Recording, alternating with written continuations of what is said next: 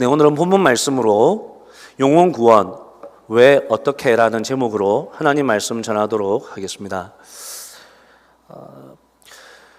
9세기 무렵에 스칸디나 반도에 바이킹족이 활개를 치고 있었습니다. 바이킹 하면 연상되는 것이 해적이죠. 바이킹들은 해적입니다. 이들은 배를 타고 유럽으로 가서 보물을 약탈하고 사람들을 노예나 첩으로 잡아갔습니다.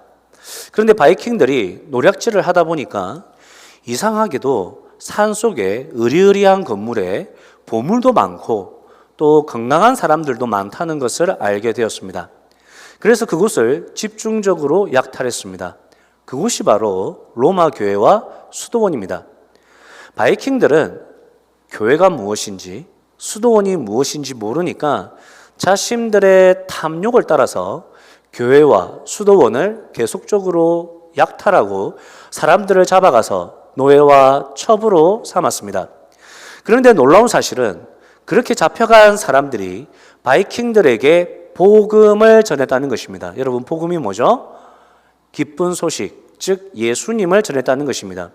그들이 예수님의 죽으심과 부활하심의 비밀을 바이킹들에게 전해 주었습니다. 그러자 바이킹들 안에 믿는 자들이 생겼고 교회가 세워지는 놀라운 일들이 일어나게 되었던 것입니다.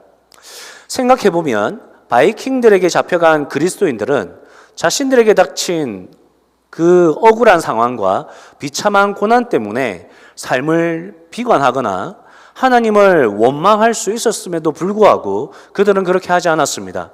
그들이 있는 곳에서 복음을 전하며 하나님의 나라를 세워가는데 온 마음을 다했습니다. 오늘 본문 4절에도 보면 이와 같은 말씀이 있습니다. 그런데 흩어진 사람들은 두루 돌아다니면서 말씀을 전하였다. 이 말씀은 스데반의 순교 이후로 유대인들이 기독교인들을 핍박하면서 나타나는 결과였습니다. 예루살렘에서 시작된 기독교는 유대인들로부터 극심한 핍박을 받게 되었습니다. 그래서 그리스도인들은 예루살렘을 떠날 수밖에 없었습니다. 사도들을 제외한 대부분의 그리스도인들은 하나님께서 이끄시는 대로 사방으로 흩어졌습니다. 그들 중에는 예수님을 믿는다는 이유로 평생을 살아왔던 그 유대 땅을 떠나야만 했던 사람도 있었을 것입니다. 또 그들 중에는 이전에 만나보지 못한 교회 공동체를 만난 거죠. 정말 좋은 교회에서 세상이 줄 수 없는 은혜와 평강을 누리고 있었는데 떠나야만 했던 그런 사람들도 있었을 것입니다. 또 그들 중에는 겨우 직장을 찾았는데 그 직장을 내려놓고 떠나야만 하는 그런 사람들도 있었을 것입니다. 그들은 단지 예수를 믿는다는 이유로 자신들에게 익숙하고 또 사랑하고 또 정들었던 교회와 도시와 주변을 떠나야만 했습니다. 그럼에도 불구하고 그들은 하나님을 원망하거나 자신의 삶을 비관했다는 말을 쓰지 않습니다. 성경에서는 그런 표현을 쓰지 않습니다. 오히려 두루 돌아다니며 하나님의 말씀을 전하였다라고 말합니다.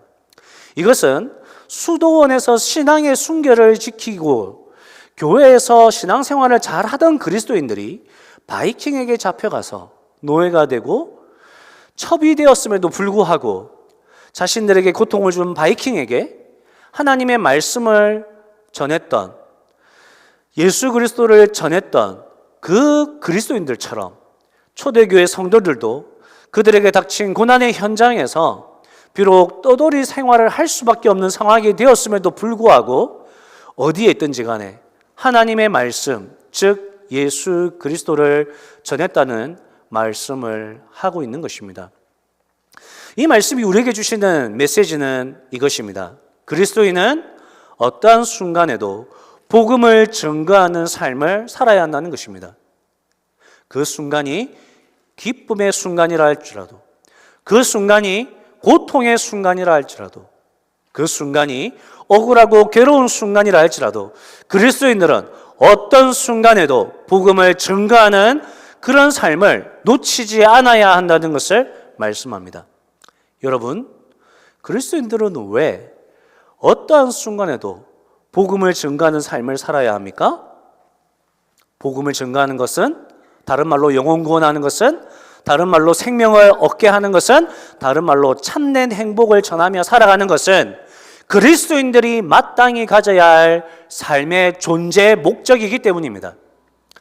하나님께서는 인간이 범죄하여 지옥의 심판을 받을 수밖에 없는 상황이 되었을 때 인간을 구원하시기 위해서 하나님의 역사를 시작하셨습니다.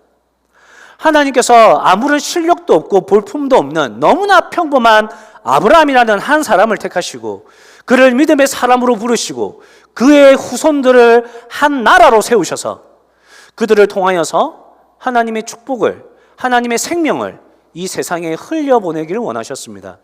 하나님의 꿈은 이 세상에 하나님의 백성들에게 구원을 주는 것이었습니다. 그것을 아브라함의 후손인 요셉은 이렇게 이야기합니다. 함께 읽겠습니다. 시작.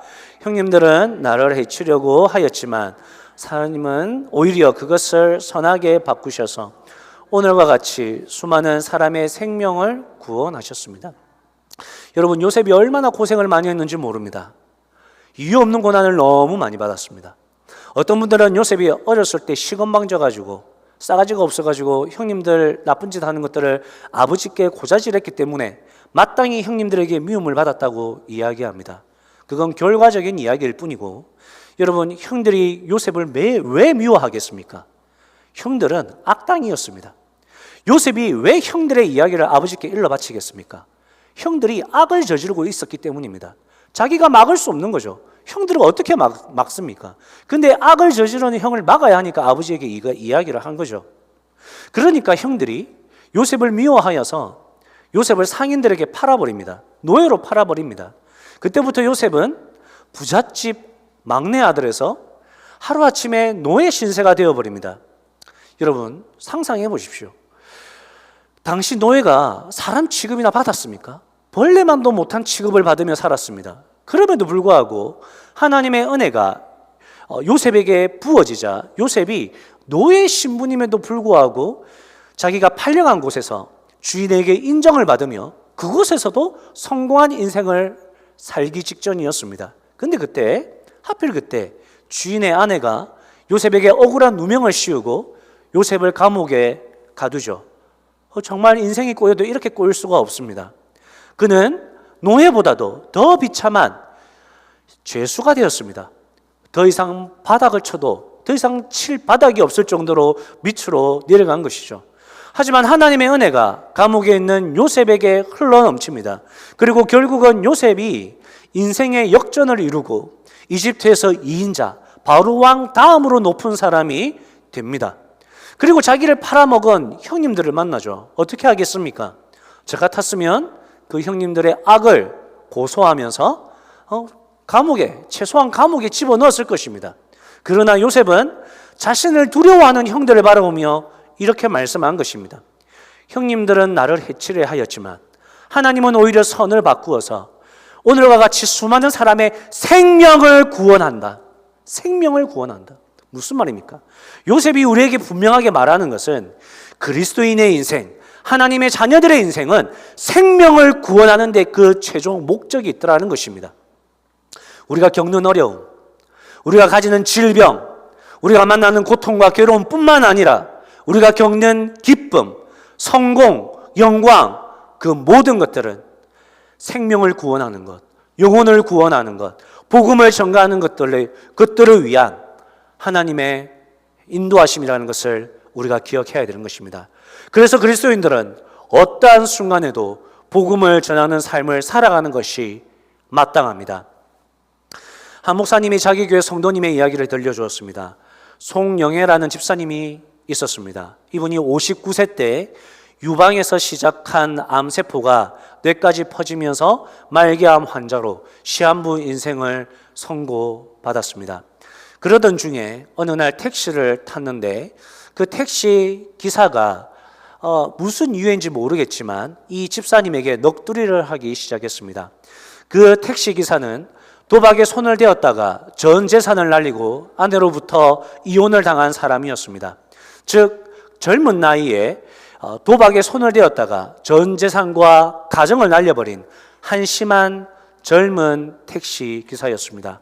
그리고 생존을 위해서 택시 운전을 하고 있지만 운전을 하면서도 문득문득 떠오르는 자기 절망 때문에 죽음을 생각하는 그런 어려운 상황에 처해 있는 자신의 상황을 이 집사님에게 이유도 없이 털어놓았습니다.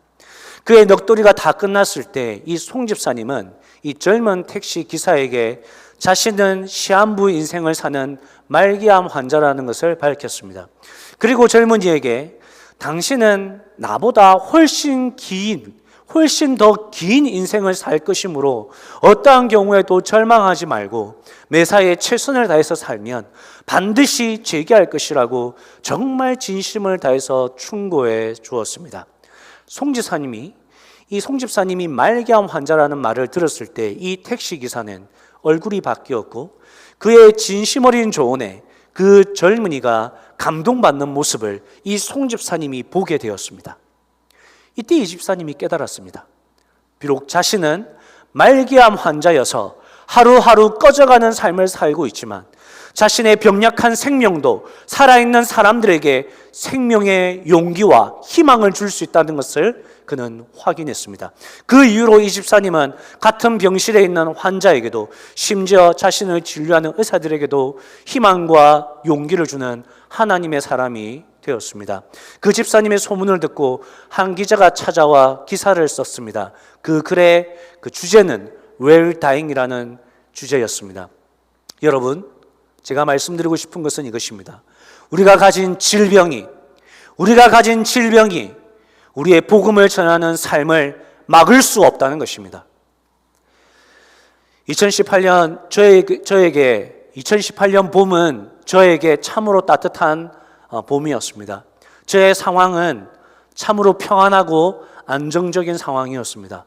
한국에서 부목사로 한 교회, 좋은 교회를 섬기고 있었습니다. 저는 부목사님들 중에서도 대빵 선임이었습니다. 그 말은 저를 괴롭힐 사람이 없다는 것입니다. 게다가 그때 담임 목사님께서 저에게 교회 사택을 주시면서 줬다는 것은 진짜로 준 게 아니라 살게 해줬다는 것입니다. 교회 사택에서 살게 해주셨는데 40평이 넘는 정말 좋은 집이었습니다. 제가 생각할 때 한국에 살고 있는 목사님 상위 1%도 여기에 살 수 있을까라는 생각이 들 정도로 정말 좋은 집에서 살게 되었습니다. 게다가 저희 집 아이들도 너무나 행복하게 살고 있었고 저희 아내도 삶과 사역에서 만족하는 삶을 살고 있었습니다. 정말로 안정적인 삶이었습니다. 그런데 제 안에 이유 모를 울림이 있었습니다. 떠나야 한다는 것이었습니다. 안정적이고 평안한 삶이어서가 아니라 때가 되었기 때문에 떠나야 한다. 이 마음이 저를 강하게 사로잡았습니다. 어디로 떠나야겠습니까? 떠날 곳이 없었습니다. 미칠 것 같았습니다. 하나님께서 주시는 메시지인지 내 마음에 잘못된 생각인지 분별이 되지 않았습니다. 그러나 분명한 것은 떠나야 한다는 것이었습니다. 그때 마침 다른 교회에서 함께 일하자고 요청이 왔습니다. 아, 이곳이구나. 수락을 했습니다. 그리고 그 다음날 다시 연락이 왔습니다. 취소됐다는 것입니다. 그러면서 제가 든 생각이 한국 땅에서는 부목사로 교회를 옮기지 않겠다라는 마음이 들었습니다. 그냥 제 마음에 들었습니다.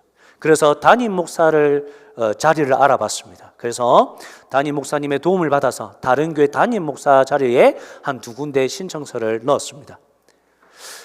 안 됐습니다. 보면서도 안 될 줄 알았습니다. 그런데 그냥 넣었습니다.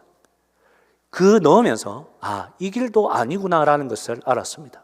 그러고 나니까 밴쿠버가 보였습니다. 밴쿠버는 제가 2013년도에 와서 2년 동안 있으면서 하나님께서 만약 다시 밴쿠버로 나를 부르신다면 내가 비자를 이렇게 받을 것이고 또 어떻게 적응할 건지 제가 대충의 그림을 가지고 있는 곳이었습니다. 밴쿠버로 오게는 되었지만 그렇다고 쉽게 결정한 것은 아니었습니다. 가진 재산이 없었고 딸린 식구가 있었고 영주권을 받고 정착할 수 있다는 그 어떤 보장도 없었습니다. 단지 하나님께서 떠나라고 하니까 그리고 밴쿠버밖에 보이지 않으니까 2개월의 생활비를 가지고 밴쿠버로 들어왔습니다. 들어올 때 마음은 2개월 동안 정착하지 못하면 빈손으로 한국으로 돌아가리라 라는 마음도 제 안에는 있었습니다.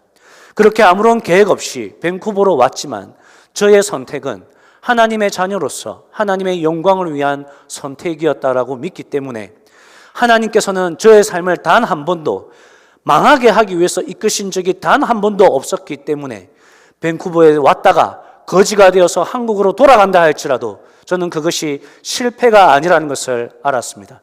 그래서 밴쿠버에 다시 들어왔습니다. 그리고 저에게 무슨 용기가 생겼는지 모르겠지만 하나님께서 원래 부르신 그 부르심대로 우리 가족들과 함께 집에서 예배를 드리면서 교회를 시작하게 되었습니다.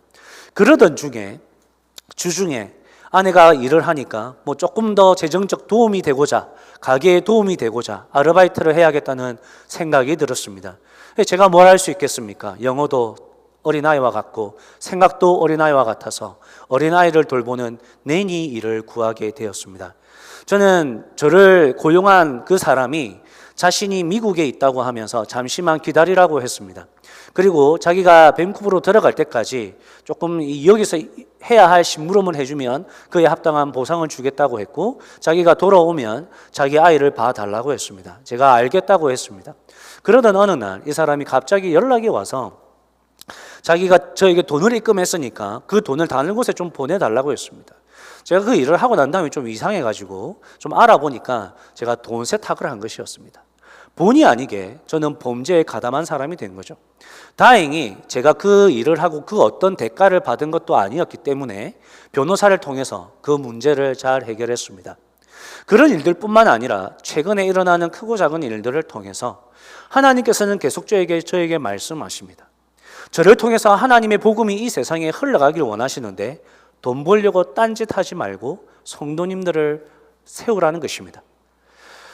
하나님의 말씀을 전하고 목장에게 방향을 제시하고 삶 공부를 통해서 하나님의 사람들을 세우고 그러므로 가정교회를 잘 세우라는 말씀을 하나님께서 계속 주고 있다고 저는 믿습니다. 그렇게 하나님의 명령을 따라서 영혼 구원하는 삶을 살아갈 때 2018년도에 아무 계획 없이 아무것도 없이 왔을 때 하나님께서 다 책임지시고 지금까지 도우셨던 것처럼 지금 앞이 보이지 않고 특별한 계획이 없고 아무 일도 일어날 것 같지 않지만 지금 제가 있는 이 자리에서 하나님의 영광을 위해서 복음을 위해서 영혼 구원을 위해서 제자를 세우기 위해서 살아간다면 하나님께서는 나머지 일들을 해해 가실 것을 저에게 말씀하고 있음을 믿습니다. 제가 말씀드리는 것은 이것입니다. 난감한 우리의 현실, 답답한 우리의 마음, 알 수 없는 우리의 미래, 그런 것들도 영혼 구원하는 여러분의 삶을 막을 수 없다는 것입니다. 그런 것들이 여러분이 영혼 구원하며 살아야 할 그 삶을 막게 해서는 안 된다는 것입니다. 여러분, 우리는 어떠한 순간에도 어디에 있다 할지라도 하나님의 말씀을 전하는 삶, 복음을 전하는 삶, 영혼 구원하는 삶을 사는 사람들입니다. 그것이 여러분의 존재 목적이 맞습니까? 오늘 본문 5절에 보면 빌립은 오늘 본문 5절에 보면 흩어진 기독교인들 중에서 빌립이라는 사람을 소개하고 있습니다. 신약 성경에는 빌립이 몇 명 나오는데 여기 나오는 빌립은 예수님 제자 빌립이 아니고 사도행전 6장에서 스데반과 함께 교회의 일꾼으로 임명받은 사람입니다. 그러니까 이 빌립도 정말 그 교회에서 열심히 일하던 평신도였습니다. 성령 충만한 사람이었고 오늘 우리가 인사한 것처럼 이 사람도 날마다 성령 충만을 외치며 하나님의 은혜를 구하며 살아갔던 사람입니다. 그리고 이 빌립은 그리스 말을 쓰는 유대인이었습니다. 빌립은 출생지가 외국이어서 외국 문화와 외국 언어를 가지고 있었지만 유대인이었고 유대인인 빌립이 예루살렘이라는 지역에 와서 예수님에 대한 이야기를 듣고 예수님을 믿게 되었고 예수님을 믿음으로 핍박을 받게 되었으므로 그가 지금 그 예루살렘을 떠나 다른 길을 선택하여 갔는데 그곳이 사마리아라는 지역이라는 것입니다. 사마리아는 예루살렘에서 60km 떨어진 곳으로서 걸어서 하루 이틀이면 도착할 수 있는 곳입니다. 사마리아 사람들과 유대 사람들은 사이가 좋지 않았습니다. 원래는 이 사람들이 한 민족이었습니다. 같은 유대인이었습니다. 솔로몬 이후로 그런데 이 나라가 쪼개지면서 북이스라엘, 남유다로 이렇게 분단 국가가 됩니다. 북이스라엘과 남유다로 나뉘고 난 이후에 북이스라엘은 BC 722년에 아수르라는 나라에 의해서 멸망을 당하게 됩니다. 그러면서 아수르 사람들이 거기에 외국 사람들을 다 넣어서 이 유대인들, 북이스라엘의 유대인들과 섞이게 만들게 됩니다. 그러다 보니 이 북이스라엘에서 사는 사람들이 혼혈족이 된 것이죠. 그들을 사마리아 사람들이라고 합니다. 그러니까 이 남유대에 살고 있는 이 유대인들이 볼 때 사마리아 사람들은 더 이상 유대인들이 아닌 겁니다. 유대인들은 하나님께서 자기들만 선택해서 자기들이 하나님의 택함을 받은 민족이기 때문에 다른 이방 민족들은 다 지옥의 백성인데, 그러고 보니까 이제 사마리아 사람들도 지옥 백성이 되었던 것입니다. 그래서 유대인들은 사마리아 사람들을 사람으로 취급하지 않았고 동물보다 못하게 여기며 거래하지 않았고 대화하지 않았습니다. 유다에서 예루살렘에서 윗지방으로 올라갈 때 사마리아를 거쳐서 직진으로 올라가지 않았습니다. 그들과 부딪히기 싫어서 삥 둘러서 갔습니다.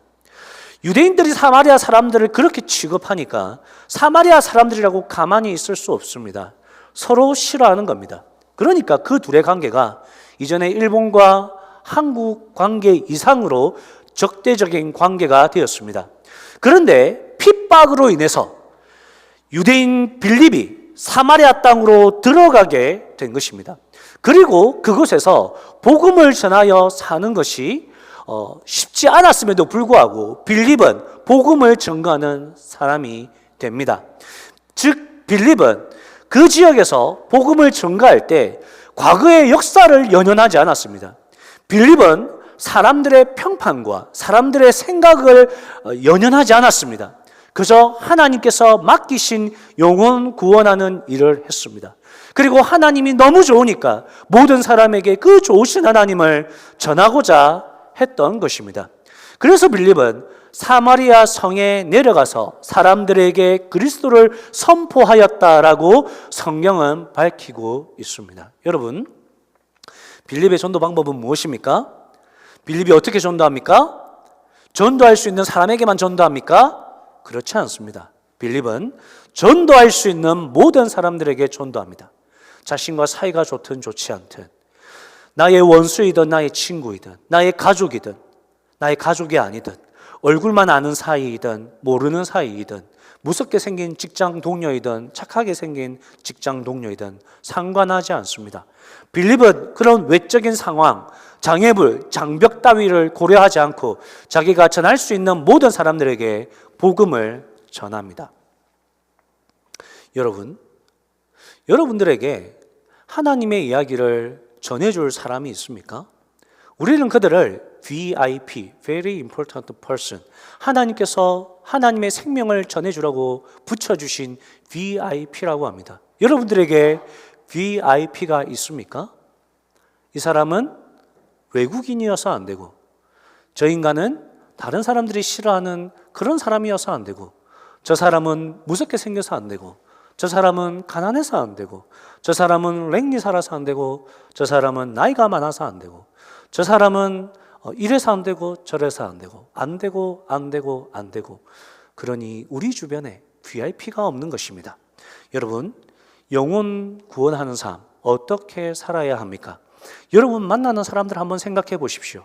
직장에서 만나는 동료들, 한 달에 한 번 만나는 미용실 아주머니, 한 번씩 가는 카페 직원, 성격이 난폭해서 주변에서 같이 놀아주지 않으려는 그 친구, 교회 데려오면 목사님도 욕할 것 같은 그 성격 이상자, 여러분들 한번 생각해 보시기 바랍니다. 그리고 여러분 기도해 보시기 바랍니다. 그리고 여러분들이 기도하면서 5명의 사람들을 꼽아 보시기 바랍니다.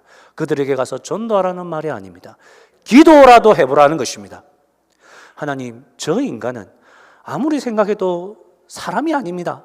다른 사람들이 다 싫어합니다. 성격이 저래가지고 우리 교회에 오면 목사님이 나를 욕할 것 같습니다. 하나님, 그래서 기도합니다. 저 사람이 예수님을 만나서 변화받고 관계의 복을 받게 하여 주시옵소서. 하나님, 난폭한 우리 할아버지, 우리 어머니와 아버지에게 상처 준 못된 할아버지, 마음 같아서는 하나님께 벌을 받았으면 좋겠습니다. 하지만 그것은 하나님의 마음이 아니시지요. 하나님, 우리 할아버지 예수님 믿고 그 마음에 사랑이 싹트게 해주십시오. 평생 사랑이 뭔지 모르는 것 같습니다. 사랑받아 본 적이 없어서 그런 것 같습니다. 하나님, 우리 할아버지 불쌍히 여기시고 다른 사람 사랑해 줄 사람 없으니 하나님이 사랑해 주십시오. 여러분이 한번 그 영혼을 정말 예수님이 바라보시면서 불쌍히 여기며 한번 기도해 보시기 바랍니다. 그렇게 기도하면서 여러분이 하나님의 생명을 전해줄 5 사람을 꼭 정하시기 바랍니다. 숙제입니다. 목자들을 통해서 목장 모임에서 확인할 것입니다. 그렇게 여러분 VIP가 5명이 정해지면 빌립처럼 어떻게 해야 됩니까? 그리스도를 선포해야 합니까? 너 예수님 안 믿으면 지옥이야 임마. 너 그러니까 네가 지옥 가는 거야. 정신 차리고 예수님 믿어 그래야 천국 가. 이런 식으로 하면 평생 그들은 예수님을 믿지 않을 것입니다. 우리에게 있어서 빌립이 선포한 그리스도를 선포하는 것이 우리에게 있어서는 무엇입니까? 그들의 필요를 채워주는 것입니다. 아무도 같이 그들과 밥을 먹지 않지만 함께 같이 밥을 먹고 이야기도 들어주고 그에게 도움이 필요하다면 도움의 손길을 내미치는 것입니다. 그러다가 마음이 많이 열렸다 싶으면 그에게 나의 이야기를 해주는 것입니다. 얘야, 내가 예전에는 너처럼 불안하고 문제도 너무나 많아서 하루하루 살기가 너무나 힘들었는데 내가 예수님을 만나보니까 이 예수님이 나에게 참된 행복과 기쁨을 주셨어. 이 예수님을 너도 만났으면 좋겠어 라고 내가 만난 예수님을 그에게 소개해 주는 것이 그리스도를 선포하는 것이다 라고 이야기하는 것입니다. 상대방이 여러분의 이야기를 듣고 교회에 오고 안 오고가 중요한 것이 아닙니다.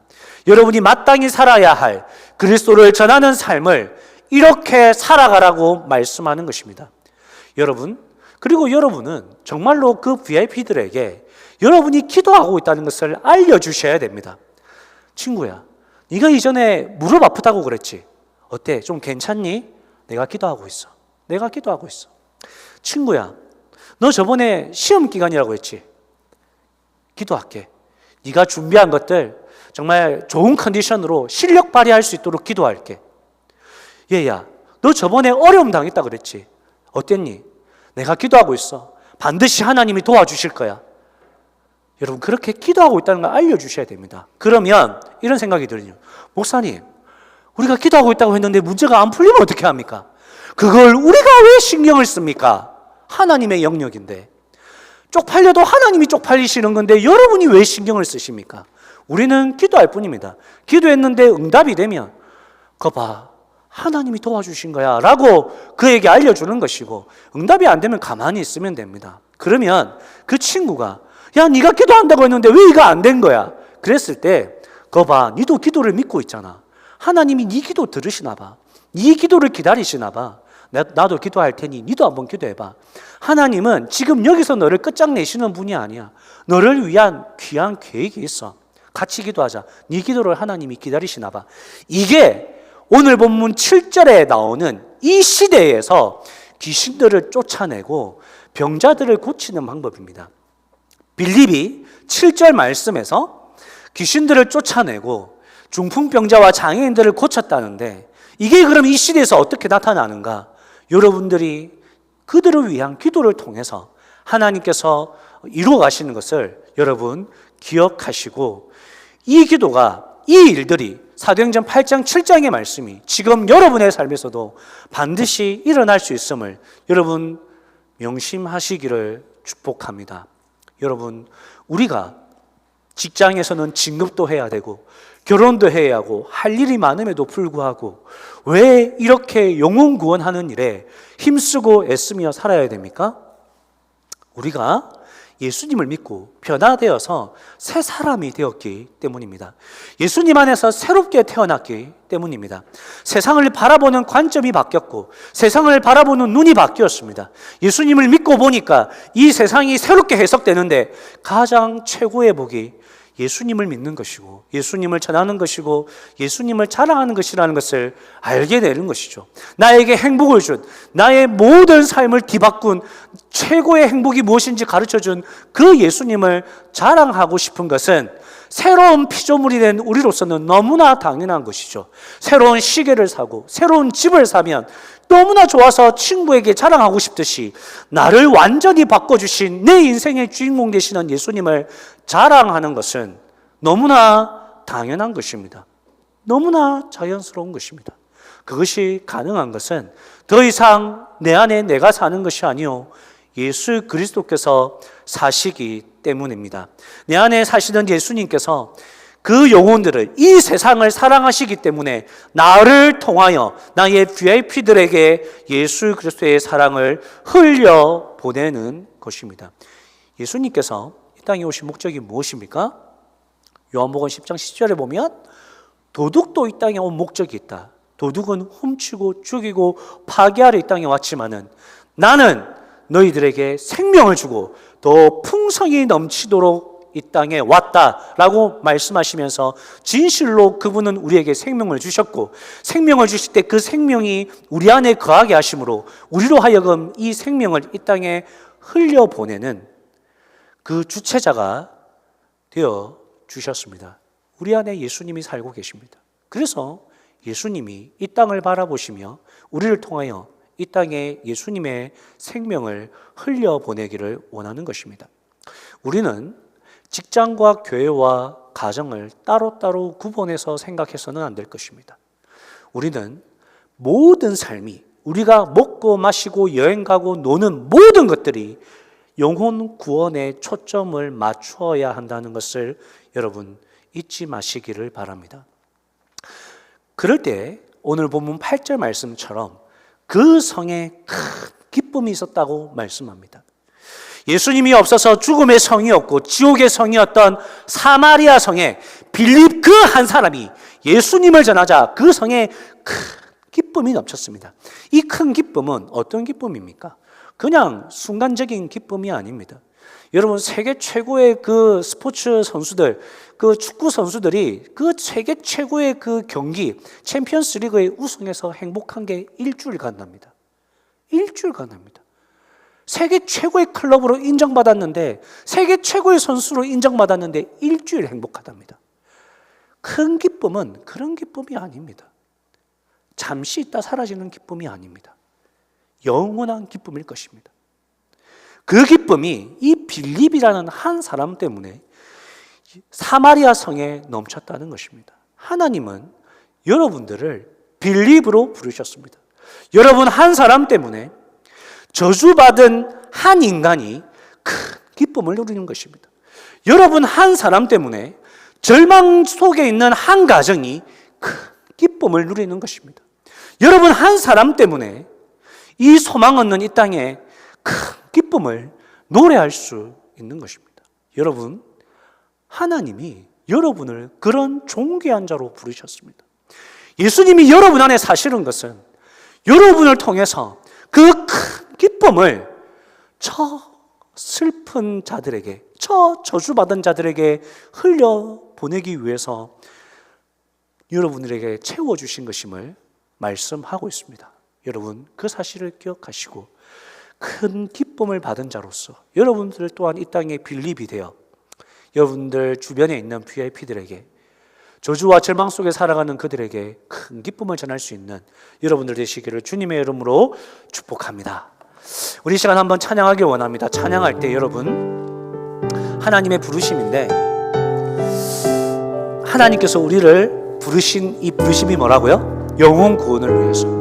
왜 영혼을 위해서, 구원을 위해서 불렀는지 우리는 알 수 없지만 하나님이 우리보다 더 큰 생각과 뜻과 계획을 가지고 계시답니다. 그것을 기억하시면서 우리 가사를 생각하시면서 우리 함께 찬양했으면 좋겠습니다.